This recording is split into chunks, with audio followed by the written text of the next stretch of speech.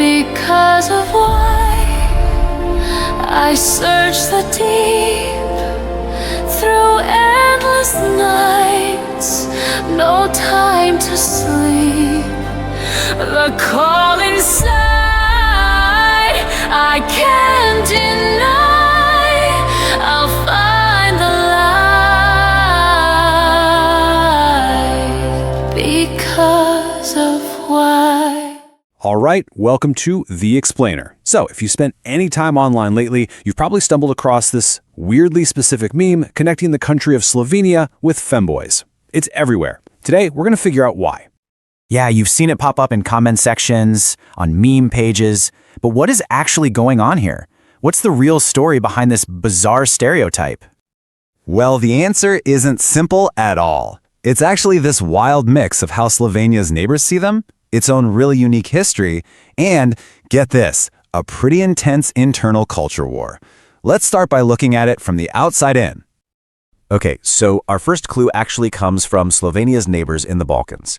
And for them, calling Slovenians femboys is, well, it's kind of a backhanded compliment. So one way to look at it is this. Slovenia is a lot wealthier and more culturally aligned with, say, Central Europe. So it just doesn't fit that stereotypical hypermasculine Balkan image.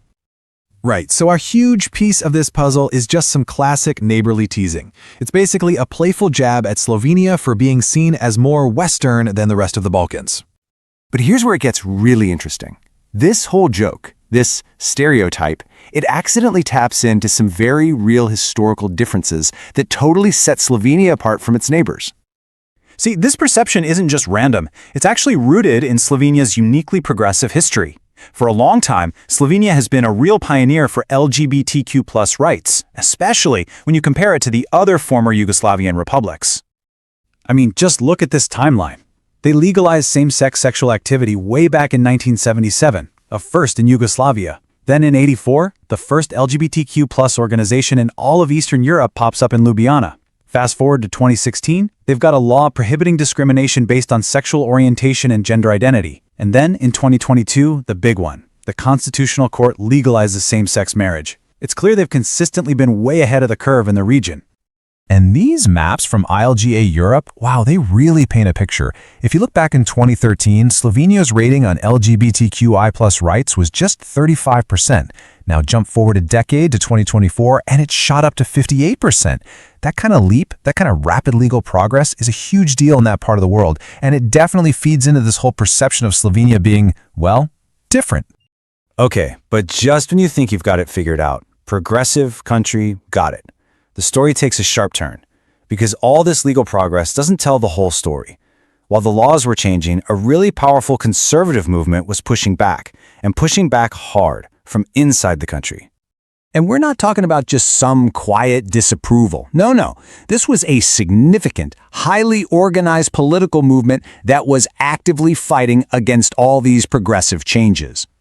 This is what's often called the anti-gender movement. And in Slovenia, it became a huge political force, often with really close ties to the Catholic Church. And they were effective too. They actually used referendums, twice, in 2012 and 2015, to successfully block same-sex marriage.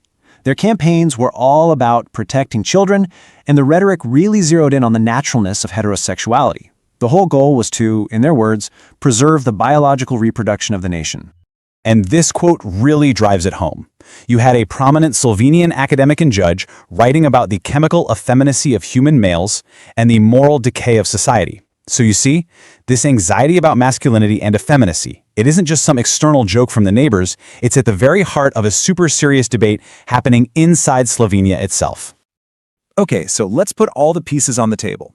We've got the view from the outside, the progressive history, and this intense internal backlash. So how does all this come together to explain the Femboy meme? Well, the truth is, there's no one single simple answer. The meme is this fascinating, complex mashup of a bunch of different things. You've got the teasing from the Balkan neighbors. You've got Slovenia's very real, documented history of pioneering LGBTQ+ rights. Then you have that internal conservative anxiety about effeminate men. And some people even throw in another piece, Slovenia's historical role as a hub for the old Yugoslav fashion industry. So really, The meme is this incredible cultural shorthand. It's a joke that, kind of by accident, points to a much deeper, way more complicated story about national identity, about progress, and about culture. And it really makes you wonder, right? How much of what we think we know about a country is just a meme that's actually the tip of a much, much more interesting iceberg? So what's your take? Is this meme just a harmless internet joke, or does it really point to something deeper about Slovenia's identity? We'd love to hear what you think, so drop your thoughts in the comments below. And hey, don't forget to like, share, and subscribe for more explainers like this. Thanks for joining us on The Explainer.